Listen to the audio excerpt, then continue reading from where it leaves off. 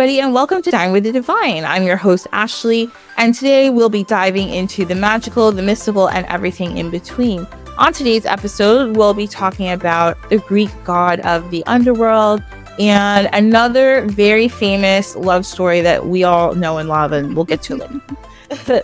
So today we have an absolutely fantastic guest as usual. We have Jamie Waggoner, author of Hades, Myth, Magic, and Modern Devotion. Jamie is a student of philosophy, spirituality, mysticism, and the occult. And as a pagan high priestess and community leader, she creates transformative workshops, rituals, sacred circles, and learning programs for many people of many spiritual backgrounds, and skeptics too. She is a certified level 1 trainer in Kingian nonviolence conflict reconciliation. She endeavors to carry forward the spirit of Dr. Martin Luther King Jr.'s leadership and nonviolent activism in her life, projects, and relationships. Jamie, how are you doing today? I'm doing really good. Thank you so much for inviting me, Ashley. It's nice to meet you. Yeah, it's nice to meet you too. So I like to always ask everybody, how did you get to this place in your journey? Yeah, how did you get here? It's a great question. When I was in college, which was back in the late 90s, I was a philosophy major. And I was very interested in feminism and feminist theory. And for one of my projects during my senior year, I studied sort of the reemergence of goddess traditions and earth-based spirituality that was really going on at that point in time. There were folks like Starhawk and like Carol P. Christ and Diane Stein and lots of older like feminists that were very active at that point in time. And I was fascinated by their work. So my academic studies followed them for a while. And eventually I just fell in love with the goddess myself and decided that I wanted to follow a path of paganism. My first experience in working with gods and deities was actually with a group called the Sisterhood of Avalon. I belonged to that group for 13 years. And we worked with the goddesses of the Welsh pantheon, the Welsh mythology that's in the Mabinogion. So that was that was how I grew up in paganism and in witchcraft and magic and things like that. In 2016, I had an opportunity to serve on a ritual facilitation team for a week-long camp. It was a reclaiming-based camp, one of Starhawk's camps. And the theme for the week was Persephone's Descent. And those of us on the planning team, we decided that each of us were going to take a role from the story and really study that deeply and bring that particular energy of the story to camp. And I just waited till last to pick like who I was going to work with, and nobody had picked poor Hades. He was like the last poor little kid on the playground that hadn't been picked for the team. I was like I said, I'd worked with a lot of Welsh goddesses, especially Ceridwen is very near and dear to my heart. Who, if you're familiar with Ceridwen, she's a tough love mom. She's very earthy and chthonic herself. So working with a chthonic underworld deity didn't really intimidate me that much. And so I was like, I'll do Hades. I'll pick Hades. And now it's 2024 and I've written a book about him.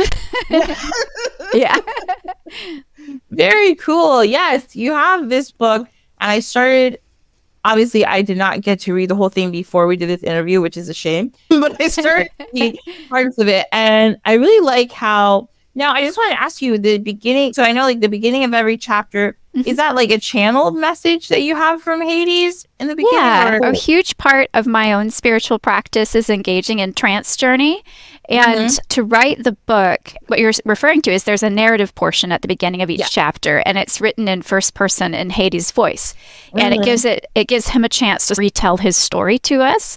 And so part of my preparations for the book involved many hours of trance journey and talking to him and asking him, would you please tell me your story in your own words and tell me what you want people who are reading it today in this day and age to know about you. And then I would come out of the trance journey and furiously scribble down everything that I remembered him saying as fast as I possibly could so that I could type it up into my manuscript the next day. Yeah, it's one of the great pleasures of writing this book was spending that time in conversation with him. Yeah, and there's a lot. It's really interesting and really cool. And I think it's also very cool because there's not a lot written about Hades. Even in like historical texts, there's not a ton. Like, it's like Hades was there and he was Zeus's brother, and then this whole thing went down with Persephone, and that's it. Yeah, Hades does not have a central myth of his own. The most mention that he gets is in the story of the abduction of Persephone, and that's the inciting event in the Homeric hymn to Demeter. So it's actually a hymn about the goddess Demeter. It's not really about Persephone. It's not really about Persephone and Hades, although that's like the big like action that happens at the beginning of the story. That's an allegory for the changing of the seasons. It's really not so much about them, but it's really interesting because he's a background character. He's always there. The underworld is always there. And sometimes heroes have to journey to the underworld to talk to dead relatives or to get advice, or to, in the case of Heracles or Hercules, one of his tasks was to go to the underworld and capture Hades, his dog, Cerberus. So there's a lot of, he makes appearances, like almost like little cameos where he walks on stage for a minute and is off again. To find him was really interesting. And in the book, I go through many different sources from Homer and Hesiod, the great poets of the ancient world, but also I go through philosophy and artwork and sculpture and inscriptions that are written in ancient ruins and things like that, because you really have to find all these little bits and pieces and put them together to try to get a picture of a god who is known for being the unseen one.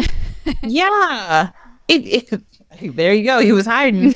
Yeah. And there's not a lot of mention, even in just like cultural sources, if you're learning about ancient Greece or ancient Rome, because there was a superstition in the ancient world that you didn't want to call Hades by name. You didn't want to talk about him too much or anything like that, because you didn't really want to draw death closer to you. So that's why he's often referred to like euphemistically, like the unseen one or the notorious one or the wealthy one, like that. And I find that so fascinating on the fact that, like, first of all, Greek mythology is so well documented, and that even like, which we'll talk about in a little bit, even like their practices and like all these rivers and like who's going where to what area, like all of that is so like well documented. They're like, you only go here if you do this and here. But then like when it comes to the person who's supposed to be in charge down there, they're like, let's not talk about it. You're talking about the underworld. The underworld in like many ancient sources it's pretty fleshed out. You can really get an idea of the different, what is believed about the underworld, the place, as far as like the different water systems, the different areas where mortal shades dwell between lifetimes. And there's a lot of beings down there too that have a lot of different tasks and jobs assigned to them. And sometimes people aren't really like aware of all of that. There's a big division of labor going on down there. Yeah, there's a lot going on. I did a class a couple of months ago called The Mythology of Death, and like I talked about a little bit about Greek mythology. And I didn't know there was so many areas. I was like, it was only one part of the class, so I couldn't even dive as deep as I wanted to. I was like, Christ. I was like, in the book Hades that's out now, there's a chapter about the underworld where I talk about him. One of his epithets is host of many, which means he hosts everyone in his realm between lifetimes. And I talk about the different areas of the underworld a little bit, but I feel like I could probably write a whole nother book about the underworld itself, because there's a lot to get into. There is. And you're like, okay, like this is actually wild. Yeah, so great. Of course you know all about that, and we're going to talk more about it a little bit later, but yeah, it's really fascinating. And like you said, there's a lot of people who have a lot of jobs. There's a lot of people doing things and passing by and walking around. It's like it's a pretty active place down there. I think there's like a misconception that I think people, like, there's a portion of the underworld called the Asphodel Fields, which is where most mortals go when they die. And it's neither good nor bad. You just hang out there. In the book, I liken it to like waiting at the airport to catch your plane. You're hanging out, there's not a lot to do, just waiting between lifetimes. And sometimes the poets of the ancient world describe that as a place where like shades are just aimlessly drifting around. And I think that kind of vision of the underworld gained a lot of prevalence, and people don't really realize that that's just one little piece of what's happening down there. Yeah, it is really interesting. Okay, so we are going to go to our dish of the week and we're going to talk about, we like to pick a dish. And since we're talking about Hades, I'm going to be real stereotypical with everything today. Good times. We're going to pick, this is a dish. It's a Greek dish. There we go. It's Greek meatballs in pomegranate sauce. Oh, that sounds yummy. Yeah, it does. There's this, and I could not remember the name of the dish, and I probably will find it and link it in the show notes. There's a Persian restaurant about an hour away from me. It's very good. They have this pomegranate stew. It's vegetarian. There's cashew nuts, I believe, in it. It's delicious. It's so thick and rich, and you really can't eat a lot of it, but it is so good. So I'm a fan of pomegranates in savory foods, and I'm usually not a fan of fruits and savory foods, but pomegranates, it's delicious. These are Greek meatballs, and I'll tell you all how to make them in 1 second when the page loads. So, all right. So the ingredients here we got. So we're using kilos and cups. Okay, it's a little mixed up, but that's okay. Here it says 1 kilo of mixed ground pork or beef, 1 cup of soaked bread, and you're gonna put it in. Remove the crust before soaking. Oh, I see what they're doing here. Okay. 1 onion, 2 large eggs, 1 tablespoon of dried oregano, half a cup of minced fresh parsley, 2 tablespoons of dried mint or 1/4 cup of minced fresh mint. That was hard to say. 1/4 tablespoon dried dill or 2 tablespoons of fresh dill, 1 tablespoon of garlic powder, 1 garlic clove, 1 tablespoon of salt, half teaspoon of ground pepper, some flour for dredging, and olive oil. And then there's going to be, so that's for making the meatball. And then for the sauce, you're going to have 1 cup of red wine, 2 not 2 pomegranate seeds. That would be nothing. It's just a bare sprinkling of pomegranate. Yes. That would be really ridiculous to buy pomegranates for 2 seeds. So you're going to instead use the seeds of 2 pomegranates, and then half a tablespoon of ground nutmeg, 1 bay leaf, 6 to 8 plums, 1/4 cup of milk, and 1 tablespoon of all-purpose flour. All the instructions are here. So you're going to grind everything up. You're going to make the meatballs. You're going to refrigerate them for an hour and a half. No, for half an hour. And then you're going to fry them. And then in the meantime, after that, you're going to make the sauce with the wine and the pomegranates. And you're going to squeeze some juice in there. You're going to put some flour and milk and then add it to the sauce. It sounds really good. Like I said, everything will be in the show notes if you want to make it. I actually might try to make that one of these days because it actually sounds really delicious. Okay. So that is our dish of the week. Now we're going to go to our tea time. So tea time, we like to talk about a subject. And like we were talking about before, we're going to talk a little bit about the Greek underworld before we get into Hades and the whole story with Hades and Persephone. Okay. Well, actually, we're going to talk about Hades first. You'll see what we're doing. Okay. So first, let's talk a little bit about Hades, our new friend. Our new friend. Our new friend who everybody didn't know much about, but now we're going to learn more about him. Just like you said, I read, and you can correct me if I'm wrong. I read in some places where they were like, they don't know if his name was actually Hades because it might just be, they called it Hades. So they're like, let's just call this guy Hades. Because in some places they say that his real name is a secret. So like you were saying before, the unseen one, like you said, using epitaphs instead of actual names. Because they're like, it might just be a secret. We might actually just not know who he is. Yeah. We know he's Zeus's brother, and that's about it. Yeah, Hades, or there's like a longer form of the name, Idaho. It refers to his quality of being unseen. Yeah, and oftentimes, like, you'll see also that the underworld is called Hades in a lot of sources. Like, it's the name of a place and the name of a god. Yeah. I tend to call the god Hades and the underworld just to make the distinction so people know what I'm talking about. Yeah. Makes sense. Okay. We're ready because also I don't want people to be like, what are you guys talking about? But he is the brother of Zeus and Poseidon, and also his sisters are Hera, Hestia, and Demeter. So they're all of the same generation. Like, he's of the Olympian generation. Hades is the only one that's not considered an Olympian. He doesn't live on Mount Olympus. So everybody else is up there. they're all cool and everything, but he just doesn't live with them. That's no problem. He doesn't have to. There's a lot of foolishness going on up there. Yeah. It's a completely different realm from the underworld. It's different place. Exactly. Also, like you said before, Jamie, in Greek society, a lot of the time it was seen as like unlucky, let's just say unlucky, to be talking too much about him. Yeah. It was almost like superstition, like you're summoning him. Yeah. Yeah. So also because he's pretty much the king down there, he's also in charge of like necromancy. So people trying to channel messages from the dead. He's in charge of that. He's the one who's like, yeah, this is cool or not cool. He's letting people in the ancient world, Hades didn't really have a lot of temples, but he did have a few, and they were called necromantions. And necro referring to dead or death. And the priests at these temples would be responsible they were oracles of the dead. So they were responsible for helping loved ones and people who came to the temple communicate to those that had passed on to the underworld. So there is a little bit of that sort of like necromantic divination. Yeah.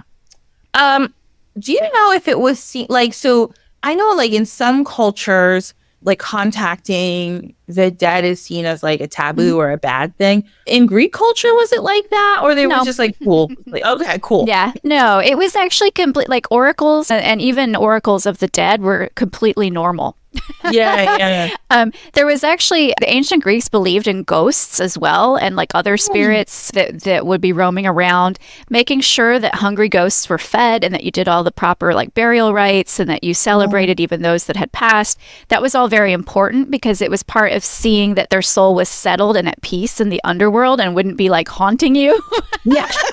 Like haunting you and your family and coming around your house and stirring up bad luck for you. So it was, and people often sought advice from like dead heroes, dead family members, things like that. They would even like, if there was, say, a wedding or a big occasion where they were celebrating, they would often pour like a libation on the ground for those who were not able to come to the ceremony because they had passed to the underworld. There was still a lot, the living cared very much for the dead, even if they didn't want to draw the notice of Hades. Yes. There's so many cultures with the pouring one out for their dead homies. Humans have been doing it for millennia. It's not a new thing. It's like invented with Pagan culture, everyone. We've been doing that a long time. Yeah, we've been pouring one out for our dead homies for thousands of years. So I also read this. Sometimes Hades he was a spirit of justice also, and was sometimes invoked to avenge the deceased if they died, if they were murdered or if something had happened, and that's why they died. Yeah, he could be invoked in that situation. He actually has an epithet. Orkos is his epithet. It means avenger of the justice, or avenger of those who have been perjured, lied to, or cheated upon, or some sort of injustice was done to them. And Hades would be called upon for those types of things. But honestly, really, Persephone was called on far more for that type of activity. And she was actually Persephone Praxidike means exactor of justice. And she was actually the one who is in charge of the Furies. And the Furies are this trio of winged creatures that have these whips of like you, and they're just they're very scary and monstrous. And they come after people like humans, like living humans who commit these types of crimes. And Persephone's the one that gives them their marching orders. So, yeah. Yeah, and we'll see later, but Persephone really took to her role. Like, Yeah. She leaned in. I've noticed that. And again, I have to say, your book, I think, is needed because, like I said, even when you just go to look stuff up about Hades, it's real hard to find a lot of information. So, like, thank you for writing a whole book. Oh, you're welcome. Yeah, it's really one of a kind, honestly. Yeah. And I wrote it not only because I have great feelings of like love and spiritual devotion for Hades since I've worked with him since 2016, but in that process of trying to get to know him, I had to do a lot of research. And so it eventually got to the point where I had collected a lot of stuff. And I was like, I kind of want to put this all together. There's got to be other weirdos like me who are interested in this and would like it to be all in one place. Yeah. So I'm really happy that I was able to put it together and get it out there for everybody to read. Yeah, thank you. Yes, for real. And like even in here, like you have so many interesting things about like how to set up an altar for him and stuff. Like, look, sometimes we have people on. Well, actually, I've never had an author on who I didn't actually look through their book and think it was good. But like, I haven't. Like, honestly, I'd be honest with you guys. But I love when people do something like this. Like, you take a subject that isn't really well known, and yes, put everything together. So everybody, if you're looking to find out more about Hades, you don't have to go looking too far. Like, yeah. And I think even if you're not particularly interested in working with Hades like long term, if you're just reading it out of curiosity, I think you can still get some stuff out of like the exercises like you were talking about. Because like each chapter, I go through my own methodology of how I go about building a relationship with a deity. And so from chapter to chapter, it progresses so that you can increase like your level of getting to know them and like working them into your spiritual practice. And I think that info is relevant no matter who you're trying to work with. Absolutely. Yeah, no, that I think it's good for anybody to learn more about how to work with deities, because there's a lot of people, I think, wanting to do that, learning more about it. And I think every people go about it the right way. But then there's a lot of people who like, oh, I read one book about this person, or I think this is cool, or this is a spirit of something that I want to learn more about. And then they just don't know where to go for, like, with the practice. They're just like, this is cool. Yeah. Well, it's hard. I think on some level as humans, we seek relationships. And I think it's important to also treat deity relationships with respect and with grace and with the same kindness and all of those things that we would offer someone who is our friend or a member of our family. And sometimes it's hard.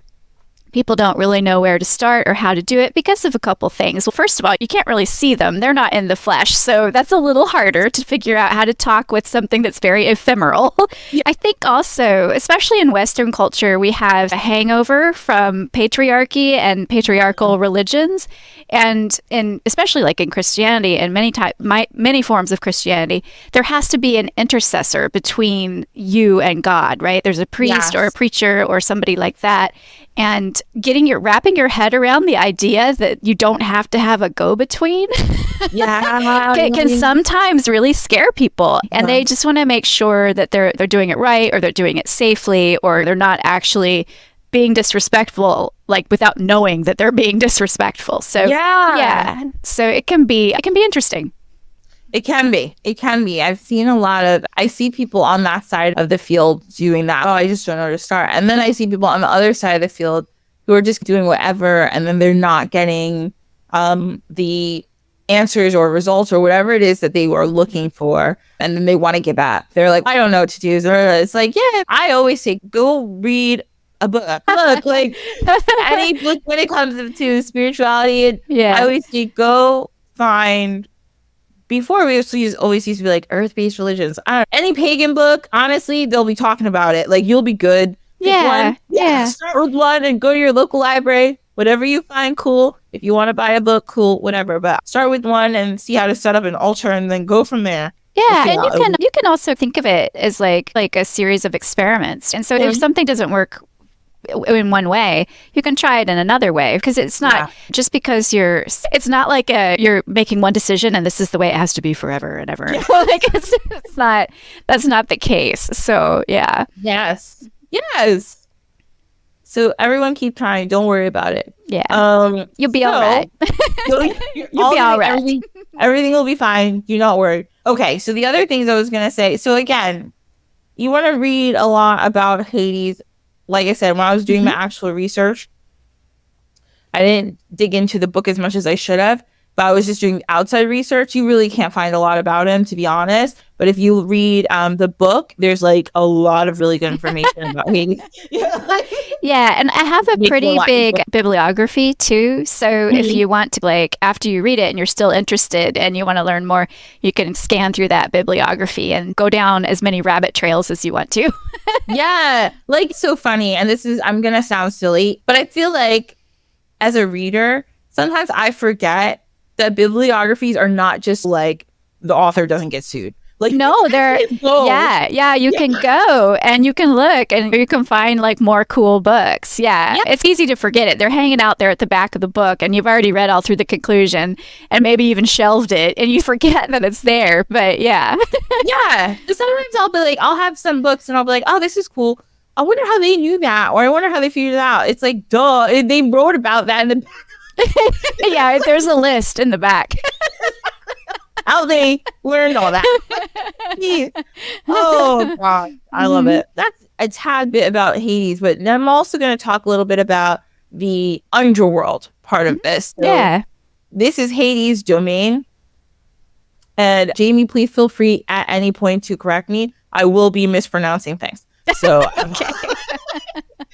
it's just something I do constantly when I'm really trying my best. Yeah. In the ancient Greece world and like the terminology that's included in Hades, it's classical Greek, which is different than modern Greek. Languages evolve over thousands and thousands of years. So I think it's wonderful that you're trying your best. Honestly, at the end of the day, we don't really actually know how these words sounded because none of us were alive 3,000 years ago. I'm just saying.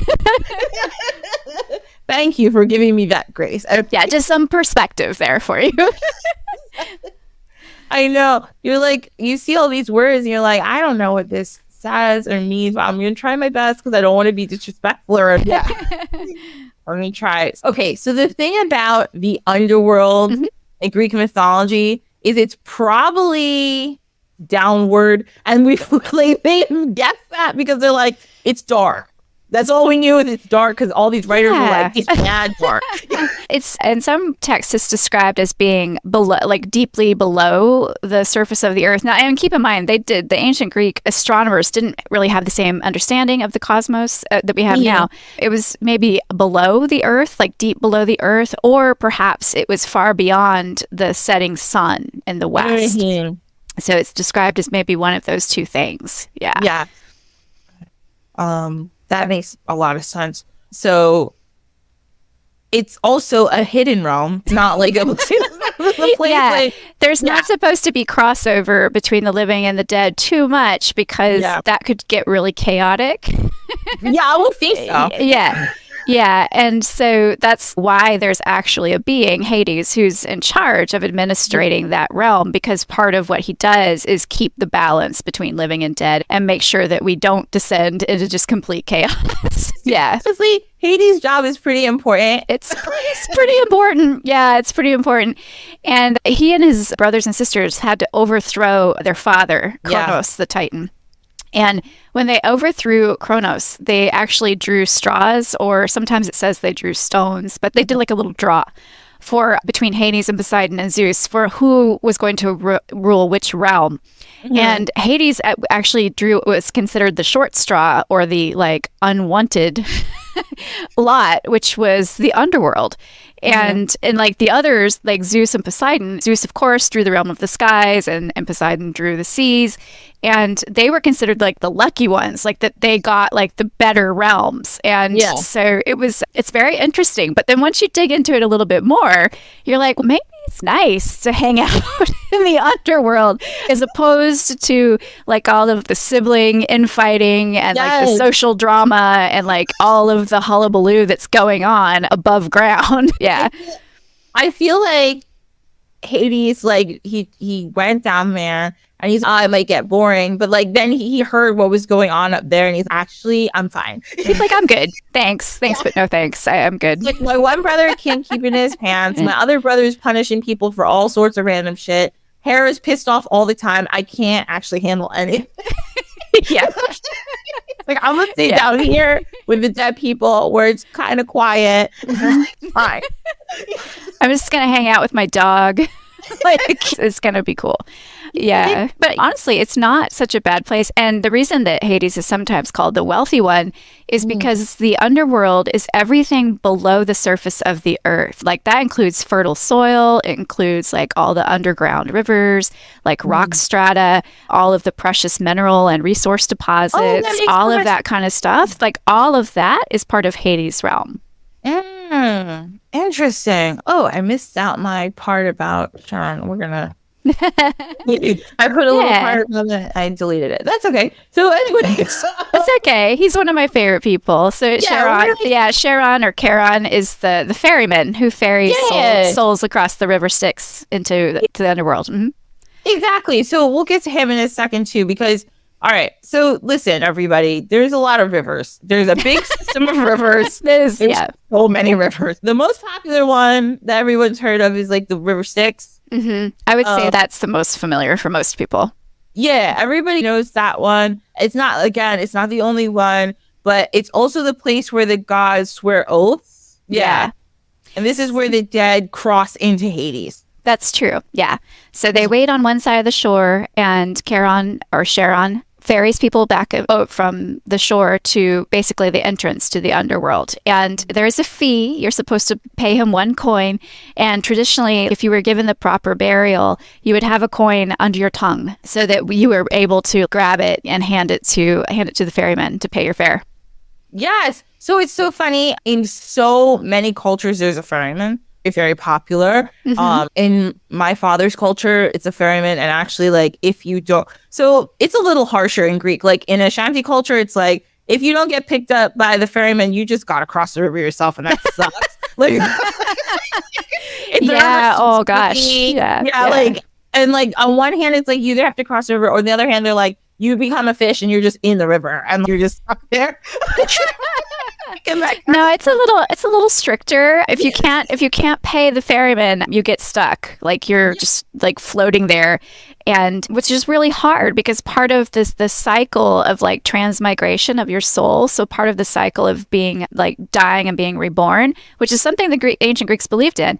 You were stuck at that point, right? You were stuck there, like not being able to pass to the underworld, and because you needed to get to the underworld to be able to be reborn again, right? So you were just stuck there. Yeah, that stings. You don't want to get stuck there.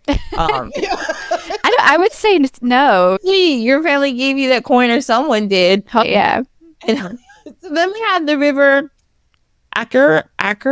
Yeah, it's Acheron or Acheron. And sometimes the river Styx and Acheron sometimes they switch places. Like sometimes it's Acheron that Charon ferries people over. Sometimes it's the Styx. So it can be either one. Yeah. Yes, but there's actually, like many of these rivers, they are part of Greek mythology, but they do actually have a counterpart in our real topography, like on the land that we walk on. So in ancient Greece, near the shore of the Acheron River was one of the necromantions that we were talking about earlier. Okay. Yes. So that's what I have in my notes too. Like sometimes they are switched up with each other. Sometimes they say they converge. It just depends where you're reading. Yeah. Then we have the river, your throne. Oh, Phlegethon. Yeah, Phlegethon. It's really hard to say. It's the river of fire.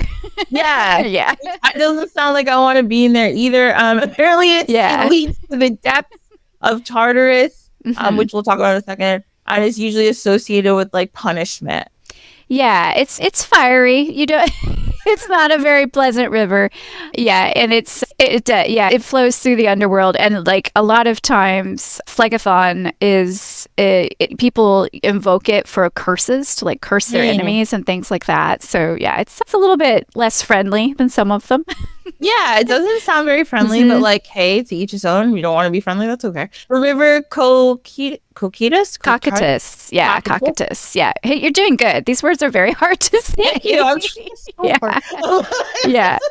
The river Cocytus. Yes, of whaling, which also empties into Tartarus and is associated with the punishment of murderers. That's what I read somewhere. I haven't read the source that associates it with murderers, although it very well could be. What I do know of it is that is where one of the beings that lives in the underworld, Melinoe, who is one of the daughters of Hades, she is the goddess of ghosts. And so the river Cocytus is the river of wailing. And oftentimes, like those souls that we were talking about that didn't have like their coin to pay or weren't mourned in the proper way or given the proper burial rites, their ghosts are haunting and like wailing along the shores of this river, and it's said to be like really icy cold.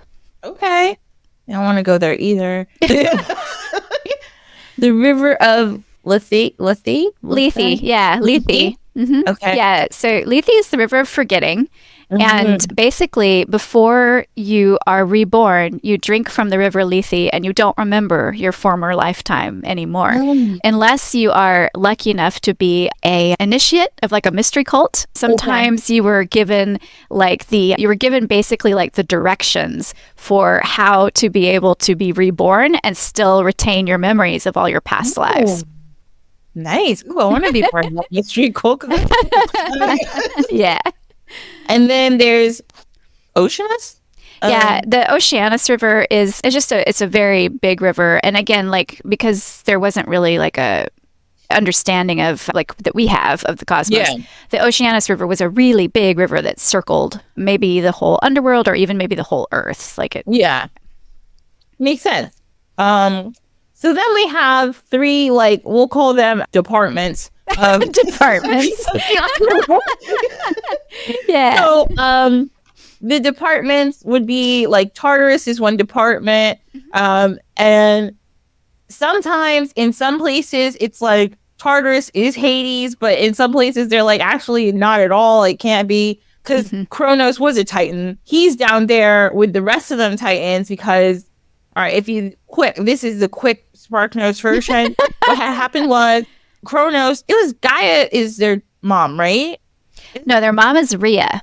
Yeah, I'm sorry. Rhea. No, it's okay. So Rhea and Kronos had a bunch of kids, aka all the Olympians. So Hades, Zeus, Poseidon, Athena, Aphrodite. No, it's Hera, Hestia, and Demeter. Sorry, everybody. Okay. There's a lot. It's a big family tree. So yeah, I have a chart so that I can remember. It's okay. He was like, oh no, I don't want any of them to get more powerful than me. So he ate them. But Zeus, Rhea was able to hide him for a while. But amazingly, because #mythology, the rest of them were just living in his stomach. They were, yeah. Rhea fed Kronos a stone instead of Zeus. So he thought that he swallowed all of his children, but he didn't. Yeah. So everybody was just chilling in Kronos' stomach until they got older. And then until Zeus got older and he was learning how to fight Kronos. So then when he got older, he went and he defeated him, and then he got all his brothers and sisters out of Kronos' stomach. Bada bing, bada boom. They went up, like Jamie told us. Hades pulled the short stick. He went down. Everyone is up there, and that's what happened. Again, that's a short version, not 100% accurate, but mostly. That's really funny. Kronos being a Titan, and some of the other Okay, I didn't read this, but what I know of Greek mythology is that like the Titans. Okay, like in Norse mythology, like the giants were like causing problems. So the new gods were like, you guys got to get out of here because you're doing too much and we are going to fight you. But they were ruling everything before. So it's the same situation where the new Olympians were like, you guys, this is too much. You're doing too much. We're going to make you all live down here because you're trying to fight us all the time. Well, it was somewhat similar. Some of the Titans actually sided with the Olympians in the war against Kronos. So it didn't fall like along generational lines. Like, for example, like Hecate is a Titaness, and she sided with the Olympians in the battle and things like that. Some of the Titans, the ones that were on the losing side, they were imprisoned in Tartarus. So Tartarus it's described as a very deep abyss. Sometimes it comes off as almost being like an impenetrable jail. Like if you've done something very bad and they want to make sure that you can't escape, you're thrown into Tartarus. It's really interesting because before Homer and Hesiod, philosophers before that also talked about Tartarus, but they talked about it more, I would say, like a black hole that was like a black hole that was the sort of the start of the universe, which I think is a really interesting way to look at it because that does parallel more about what we know of how the universe started. So it's really interesting that they had come up with that before, and that the idea was that this Tartarus, this deep hole or deep abyss out of which all life came, was like pre-existed before anything, like before any of the gods or anything else. But in later eras, like when we get into, like I said, Homer and Hesiod and later, that sort of idea fades to the background. Yeah, Tartarus, there we go. But yeah, that black hole thing is very interesting. Yeah. Yeah. And it's not really, there are some mortals that have punishments and they live in and around Tartarus, but it's not really the same. Like you and I would not need to be afraid of being jailed in Tartarus. Like you have to be a big bad to be put in there. Yeah. Yeah, you have to like really fuck up. I mean, yeah, basically. Yeah. Then we have the Asphodel Meadows. Very good. Yeah, Asphodel Meadows or Asphodel Fields. Yeah, you're talking about that before. Asphodel is a type of flower, actually. Okay. Well, yeah, it's very similar to it's like it could refer to an asphodel flower, or it could refer to what we call a narcissus or a daffodil. And if you say the words, they sound really similar, right? Asphodel, daffodil. Yeah, those fields are where we're talking about. Those are the airport lounge where you're between lives and you're just drifting around and hanging out, waiting for the next cycle of rebirth. Yes. I just hear like that like elevator music for some reason. Like, I just like it's just like dun, dun, yeah, dun, dun, dun. Yeah, exactly. Yeah, it's not a terrible place to be. You're just drifting around. Yeah, you're just like whatever. And then we have the Elysian fields, which are like deluxe afterlife experience. Yeah. So the fields, the Elysian fields, or the fields of Elysium, that is where you go if you were a virtuous mortal while you were alive. And it's really nice. It's like a sunny field. There's plenty to eat and drink. People are laughing and having fun and dancing and singing. And it's just a really nice place to hang out. Yeah. So it's like a picnic until you have to go back, or like if you're just going to chill there, who knows? Yeah. So there is, in some sources, it's said that if you've been born and died 3 times and 3 times you've achieved Elysium, then you get the choice of living in the Isles of the Blessed with the heroes and everybody else. And you can choose to do that instead of being reborn again. Oh, that's cool. You get like, it's like a scorecard. And like, like the 3rd time, The thing I think is really interesting is like the majority of mortals, like there's not really a sense of punishment. Like in some other religions, there's like, okay, you're bad or you're good. Yeah. But in the Greek underworld, everybody's pretty average. There's just you were just a human. You were just alive. You didn't particularly obtain any sort of like heroic feats, or perhaps you were initiated into a mystery cult or things like that. And you could do that if you wanted to, but even if you didn't, your afterlife would not necessarily be like, it wouldn't necessarily be like something terrible to happen to you. Yeah.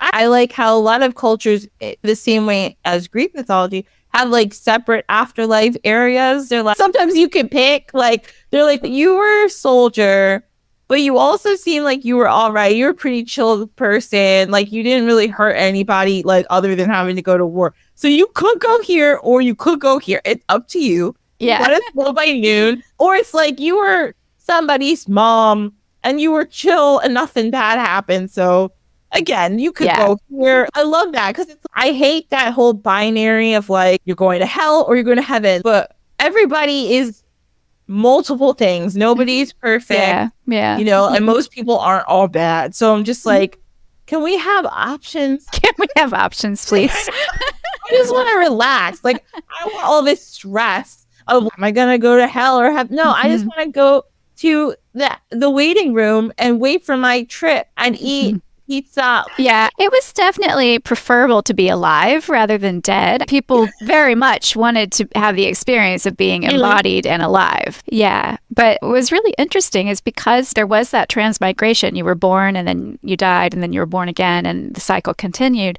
Yeah, it was interesting because oftentimes the belief was you spent more time being dead than you did being alive. So life was really precious, like when you were in that part of the cycle. Yeah.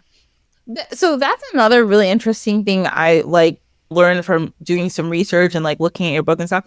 Not that I didn't realize that the Greeks loved being alive. I'm not saying that.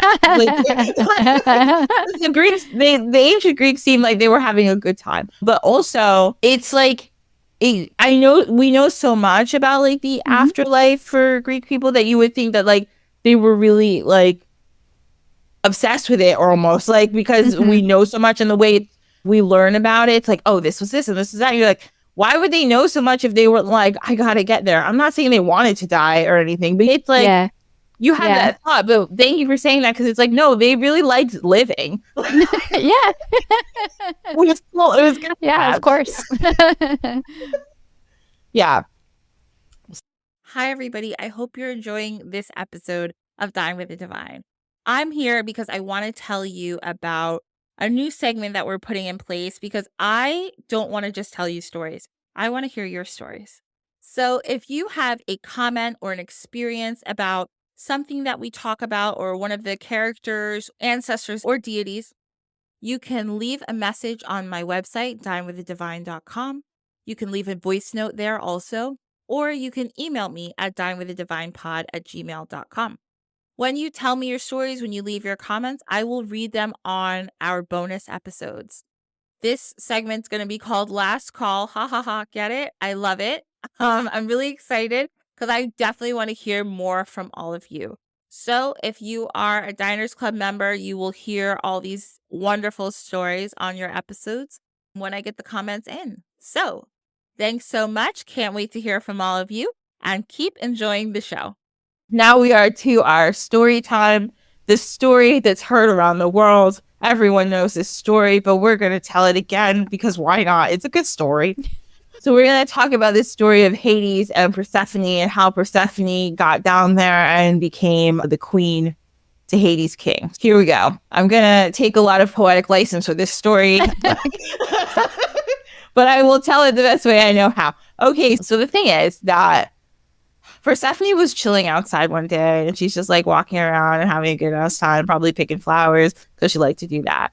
Then all of a sudden, she seemed to get kidnapped. What's going on? Nobody knows. Meanwhile, Hades, who we've been talking about this whole time, he's in the underworld, and even though he's having a good time hanging out down there, he was also like, maybe I'm getting a little lonely. Also, his brother Zeus was like, Hades, don't you want a partner? And Hades like, maybe, I don't know. And then after a while, he realized he was lonely. He's bored. All he does is work. All he does is, he's the CEO of the Underworld. He just works. He has nobody to hang out with. You need some work-life balance, bud. Exactly. Charon is like his only friend, and he's working all day and night. Cerberus, also his friend. Cerberus is 3 heads, and sometimes he's doing a lot. So he loves his dog, but he's got to talk to somebody. He needs to tell somebody, his hopes and dreams, and like what he wants. So Hades one day, now I heard the stories 2 ways. One way I heard that Hades was like up walking around real quick just for a minute. And I also heard that he sent one of his goons up here to just check out the scene. And and they saw one pretty girl picking flowers who happened to be Persephone, and they kidnapped her. Or Hades maybe did real quick. We don't know. But the one I heard that I thought was better was he sent a goon, one of his goons up here, kidnap Persephone. Obviously, being kidnapped isn't great. So at first, Persephone was a little upset about it. She was like, I don't know where I am. This is really terrible. By the way, Persephone has a mom. Her name is Demeter. We mentioned her before. Demeter is she's like a helicopter mom. So, a bit, yeah. Yeah, she's a bit of a helicopter mom. She won't let Persephone do much. And Persephone, let's say she had a teenage girl mentality at least. And she's like, oh my God, my mom never lets me do anything. Like, so she was a little irritated. Anyway, but now she's kidnapped, and now she's a little panicked. Like, what do I do? So now we have all right, now we're going to talk about 2 separate places. Now, on the surface, Demeter goes looking for Persephone. And let's just leave it right there. Demeter's panicking. Now, down below, we have a Beauty and the Beast situation going on. Persephone's refusing to do shit. She's like, get me back to the surface. And so then finally, Hades comes by, and she's like, are you the one in charge of this place? Because actually, I'd like to go home. And he's like, listen, I think you're really cool. Sorry about the whole kidnapping kind of thing, but I didn't know how else to get you to talk to me.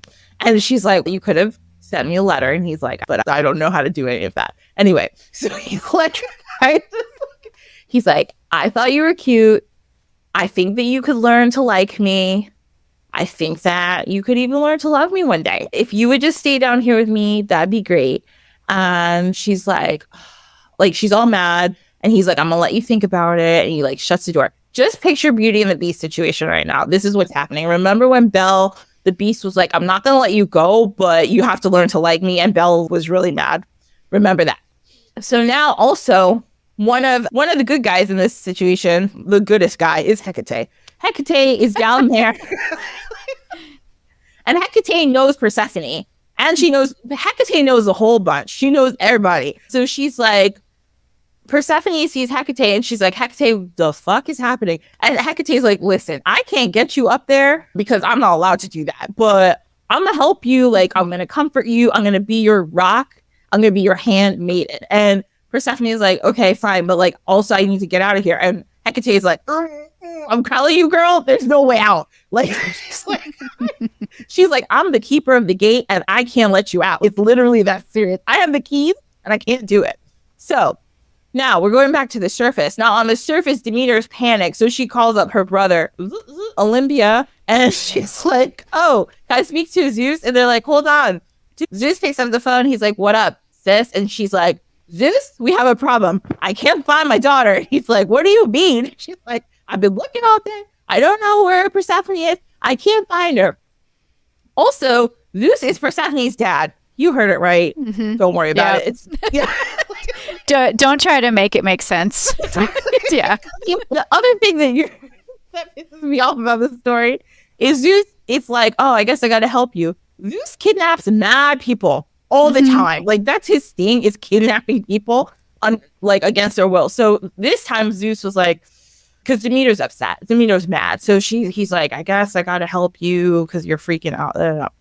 So he goes and he's like, I'm going to be Father of the Year now. He goes talks to Hades and he's like, Hades, listen, we have a problem.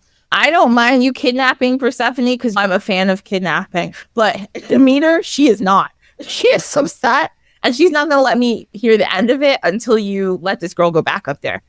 So Hades is like, oh, Jesus Christ. Okay, fine. Maybe I got to let you go back up there. So he's talking. So Hades is talking to Hecate. Hecate is talking to Persephone.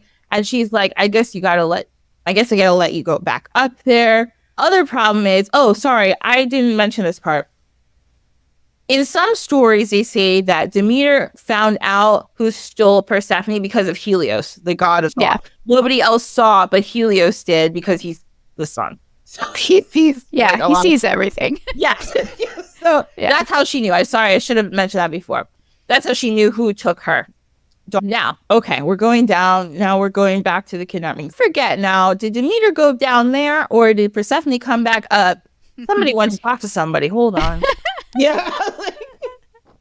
I can tag in if you want, but you're doing a very good job. I feel like I told it all in the wrong order now. I'm so upset about this. No, it's okay. I think the biggest thing is, so Demeter, like our helicopter mama, she's also a bit dramatic. So as she's searching, she is neglecting her duties, which is she's basically responsible for the harvest, for like the crops that grow and for the good harvest and for all the food that all the mortals need to live. And since she's totally ignoring her duties because she's involved in this daughter drama, everything's dying. So there's no food to eat. All the people are dying. They're getting sicker. And so Zeus is like, this might not be the best scenario. And so once she figures out where Persephone has gone, that's where she's like, Zeus, she is in the underworld and Hades needs to give her back. Mm-hmm. And basically, Zeus sends Hermes, like the messenger of the gods. Yeah. He sends Hermes down to retrieve Persephone and to bring her up to the surface. Yes, that's perfect. Now, everybody, like Jamie just said, that again, now while all that was happening, while Demeter's throwing herself on the ground every day and crying, and everybody's dying because she forgot to throw some wheat. Yeah, everybody's like, we're really sorry that you're going through a really bad time, but we're like running out of headstones for everybody's dying over here. So is there like a solution maybe? Unfortunately, when you're a god, you don't have time to abandon all your duties and grieve. Like, you're in charge of a lot. Yeah. Like, we need to maybe reevaluate your decision-making paradigm for us because yeah. So now, while all of that was happening, again, think Beauty and the Beast. There's something there that wasn't there before. Like, Persephone, like, slowly falling in love with Hades. Every night, she's being sent to dinner with Hades. She's not eating, but he's talking, and she's like, actually, this guy's kind of cool. Like, he's actually smart. I actually like hearing him talk. Like, he knows a lot of stuff. He's interesting. Like, so she's slowly falling in love with him. Now, Hermes comes, and he's like, you guys? He's like, shit is wild up there. Persephone, Hecate, I don't know. You guys got to get your shit together, or we got to go back. Okay. Now, here's the problem. Now, Demeter now gets to meet up with Persephone once again. Mm-hmm. Yeah, they're reunited at last. Reunited because of Hermes and because of Hecate. Now they're back together. Demeter's like, oh my God, I'm so happy to see you. Persephone is like, I'm happy to see you too. And then they're chit-chatting and she's so happy. And she's like, okay, so you're going to come back up to live with me here. And then she's like, wait a minute, what's that? Let's just say this, okay? My poetic license. She sees some stuff on her hands and she's like, what's that? And she's like, oh, I was eating some pomegranates. She said, you were eating what? Because the thing is, guys, in Greek mythology, if you eat the pomegranates from the underworld, you guys stay down there. You can't really be living up here anymore. That's not cool. There's different sources that say how many seeds she ate. Some say 4, some say 6, some say 3. It doesn't really matter. She ate some. So now it meant that she was like permanently tied to Hades and she couldn't like leave all year. Like she can't just leave and not live there anymore. Which probably at the same time, Persephone's like, okay, like, you're probably getting care too much at this point. She was like, I'm married to that guy down there and he's hot. Like, and I like him more. He's more. Rich too. He's rich. He's hot. He has his own kingdom. Like, what am I complaining? He has a cool dog. Yeah, it's like his dog. We play games. We play tug of war. Like, Chiron's like her old grumpy uncle, and she's like, I got used to him already. Like, we're good. All the rivers, like, she's okay. So she realizes, like, okay, so now they make a deal. So the deal is now that for like half the year, Persephone's gonna come up and chill with Demeter. Like, she's not happy about this at all, but she'll be able to come and hang out with Demeter. And then for half the year, she has to go back and live with her husband in Hades. So, as you guessed it, when Demeter's happy that Persephone is around, that's spring and summertime when she's like, oh, I'll decide to grow. But once again, Demeter's not dealing with her grief in a healthy way because every time she has to not see her daughter for 6 months, she can't do her job, which is terrible. Everybody's like, we really wish she would go to therapy, but we can't make her. She needs therapy and group. Like, she just needs, it's fine. You can still work. We understand you miss your daughter, but she'll be back. It happens every year. Please. Everybody. And also, everybody. Oh, and the other thing is down there again. Hecate's always down there. She's always helping Persephone. They're like tight down there. Now everybody just lives this way for the next eternity. Yeah, pretty much until now. Yeah. Yes. Hecate, she's a psychopomp, so she can lead people to and from the underworld. And I always think of her as being like the OG GPS. Like, she knows like all the ways to get in and out and where you need to go. She shows that she lives in the underworld. Yeah. She can go anywhere she wants. She's not confined there. So one of her main things is to guide Persephone in and out each time. She has to. Yeah. He's like the torch bearer. She's got her light. Like you said, she's got her GPS. She doesn't even need the GPS. She's like, I am the GPS. Like I said, like Jamie said, I know how to get it out of this place. I do it all the damn time. Yeah, like she knows all the ways. Yes, she's doing great. Hecate is almost like the underground Hermes, and then Hermes is like the above ground Hecate in a little bit of. They do have some similarities. Yeah. Because they're both psychopomps. Like, they're two beings that have the capability to like go back and forth, like at will, like as much as they want. And that's what happened. Persephone's fine now. She helps. She, like you said before, Jamie, I feel like, yes, now you hear more about Persephone. Everyone's like obsessed like with her. They're like, oh my God, she's like the new queen. Like, yeah. We love the Princess Di of the Underworld. She's I love Persephone as well.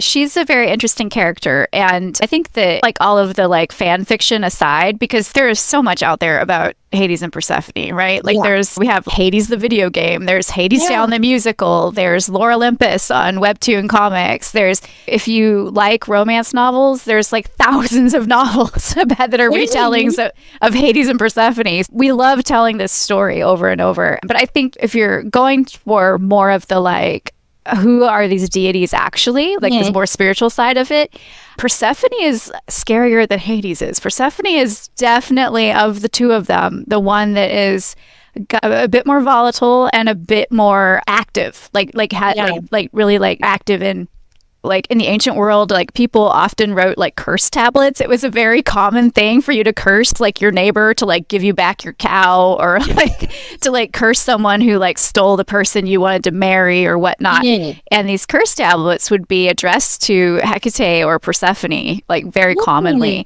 And we talked about the furies that Persephone would send after people who committed like injustice against others and things like that. So she's pretty fierce.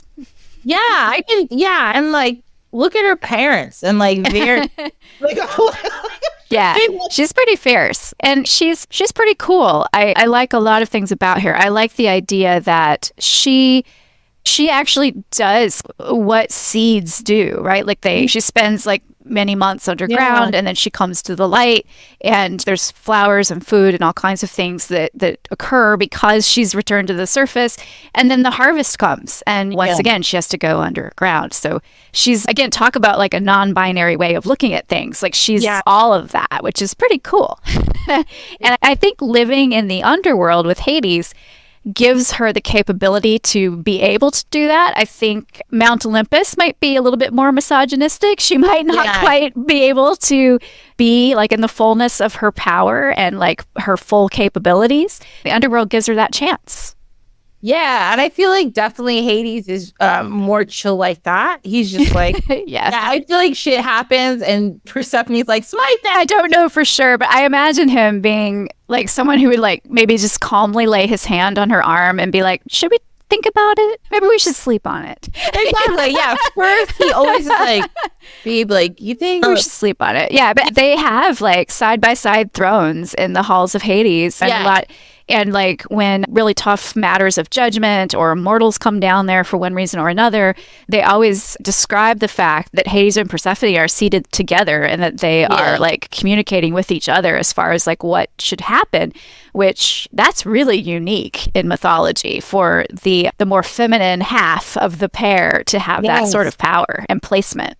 Absolutely. The way I have first heard the story, the way they tell the story was like part of the reason Persephone fell in love with Hades is because she's like, wow, he like gives a crap about what I'm saying and he's listening to me, and he actually is not just dismissing my ideas. He really was like, no, I just like, want a partner, like not just a wife to do shit for me. Like I really just want someone to talk to me and help me do shit and make decisions. And he realized, oh, Persephone is actually smart, and she's like, actually Hades is smart too. So like I like the way they told the story. I was like, he kidnapped her. I know. But like, he didn't just like... Yeah, it's interesting with stories. We don't actually know, because the stories are told by humans, right? And so we don't really know what their biases or agendas are when they're telling them and why they told them the way they did. Yeah. What we do know is there was this kind of like really messed up like marriage play that would happen in ancient Greece where... And it was a play. It was like people were playing pretend. But basically the groom and like some of his friends and family would go over to the bride's house and steal her. and like put her in a little chariot or carriage or whatnot, or on a horse, and like take her to the place where like the marriage was going to occur. And this all happened with the bride's father's permission. And this was this marriage play. And so the myth like mirrors like something that actually occurred in society, even though now, like as modern audiences, we're like, that's horrific. Like, what the fuck? They still do that in parts of Asia. I forget which country. I actually saw something on this other day. I think it was Indonesia. They still have the, and again, it's play. It's a people do that. Yeah. So it's very interesting. And we don't really, I know personally, I would love to fall into a more feminist viewpoint and be like, oh, Persephone chose to go and she chose to stay there and everything was, she had agency in the situation, but we don't truly know that for sure. We can't really, the myths doesn't tell us. It doesn't tell us what, if anything, she thought. Most of the myth focuses on Demeter and like what Demeter's doing to get her back. So, you know, it's always going to be ambiguous. And in the book, I write about the fact that I've come around to thinking that maybe that's part of its deep magic, is that it is so ambiguous. And even today, we're still having really deep conversations about like agency and body autonomy and all of these like really deep topics. And we have this myth that can help us frame those conversations or have an entry point into speaking about it. And like maybe helps us be kinder humans. So maybe there's some magic there. Oh, I love that way of looking at it. Yeah. That's beautiful. Thank you. Yeah. I love that. Because of course, we don't want women to be kidnapped or assaulted or any of these things. Yeah. Sometimes myth can be a little hard to handle. It can be. A lot of mythology, you're like, I don't You're like, what? It makes me feel uncomfortable. I'm like, I know. Yeah, and I think that's another reason why I like to do so much trance journey, to actually go and talk to gods in the other world realms and get their take on the story, because there's nothing like getting it straight from the horse's mouth, like getting it right from the source and see what they have to say. So I'm very curious. So your listeners can read the chapter about Hades and Persephone is chapter 3. It's called Kliminos, which is Hades' epithet that means notorious. Ooh, notorious. Yes. Oh my God, I love that. So that comes to the end of our story time and to the end of the podcast. Jamie, thank you for giving us so much to think about. And thank you for all your amazing input, because I think everybody learned a little bit more. Oh my goodness. I hope it was really fun. I really enjoyed myself. I really enjoyed your storytelling too. So that was amazing. Thanks. Even though I forgot some of it, but I appreciate you filling in some of the blanks. Thank you. It's okay. Can you tell us where we can find you in real life or on the internet or whatever you want to tell us? Yeah, thank you so much for asking me. A good place to start is my website. It's jamiewaggoner.com. You can sign up for my newsletter there, so you'll know all about my events and offerings and things like that, because I do teach classes and I do a lot of events as well. And I don't really spam you with newsletters. Like they barely come out once a month, so you'll be fine. And sometimes I give away freebies and stuff like that. So that's a good place to start. You can also find me on social media. I'm on YouTube. I'm also on Instagram and Facebook. And those are all at JM Waggoner. That's all my socials. And I teach with a friend of mine named Murphy. Our teaching collaborative is called Way of the Weaver. And we teach about magic and ritual and community building within a social justice framework. And we're a very queer-centric, inclusive community. We have a lot of fun together, and we don't teach from a specific tradition. It's more like an open source like toolkit. Like if you want to do magic or ritual, you can learn with us and learn some different kind of ways to get started in that practice. And if you're interested in that type of thing, it's wayoftheweaver.com. You can find more info there. And the next thing we have coming up is Weaver Camp. And Weaver Camp is super fun. It's a 4-day witchy camp for grown-ups on the side of a mountain in Vermont. It's really super fun. And that's coming up in June. I think camp this year is June 27th through the 30th. So if you want to check all that out, wayoftheweaver.com. We also have a podcast as well. And it's very casual. Like Murphy and I just chit-chat for 20 or 30 minutes about random magical topics. Yeah. I myself will be at Mystic South, which is a really fun conference. So if you're into paganism, metaphysics, witchcraft, things like that, and you like air conditioning because it's indoors, Nice. that's going to be really fun. I'm teaching a workshop about Hades there, and I'm also doing a ritual one of the evenings, and it's going to be an underworld ritual with Hades and Hecate there. That's going to be really fun. And the other thing that I want to mention is a recent development. I was invited to be a, quote, professional expert, unquote, at Dragon Con in Atlanta. So, which is really fun. I'm so excited. I used to live in Atlanta for many years. So Dragon Con is like a huge fandom Comic-Con type of event, only it's giant. And it takes over all of downtown Atlanta for like 6 or 7 days around Labor Day each year. And so I've gone around it, like around the edges. Like I've been to the parade and I've watched some of the cosplayers and stuff like that. But now I'm actually going to be on site at the conference being a professional weirdo. So I'm really excited to see what happens with that. And it's a really fun event. If you're anywhere near Atlanta and you feel like attending those things and you're there, like hit me up on social media, give me a shout out or something and say, hey, I'm over here. I would love to meet you and say hi and chat. Yeah, so that's some of the stuff I have coming up. Awesome. So you have a fun summer. I do. Yes, everybody join Jamie for her awesome summer. Those are like a really fun events. Oh, that sounds awesome. Weaver Camp sounds like a good ass time. Oh yeah, it's really fun. Weaver Camp is amazing. And all of our Way of the Weaver options, actually everything that I ever do has a sliding scale because we try to make it affordable for any folks that want to come. If that's something that, if you're looking at it and you want to come, but you maybe need a little bit of help to make that happen, make sure you always reach out to us. Yeah. Awesome. Thank you. I love that. I always appreciate when people do things like that. I think it's wonderful. Okay, everybody. So thank you so much, Jamie, for being here. I appreciate it.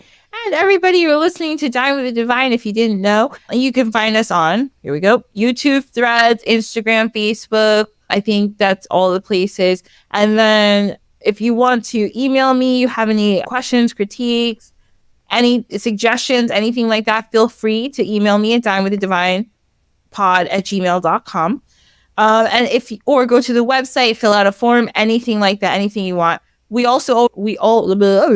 I always appreciate reviews. If you can give me a review on Apple Podcasts or Spotify, I really appreciate it. 5 stars is always preferable, but whatever you want to say, just say it with your chest. It's not a problem.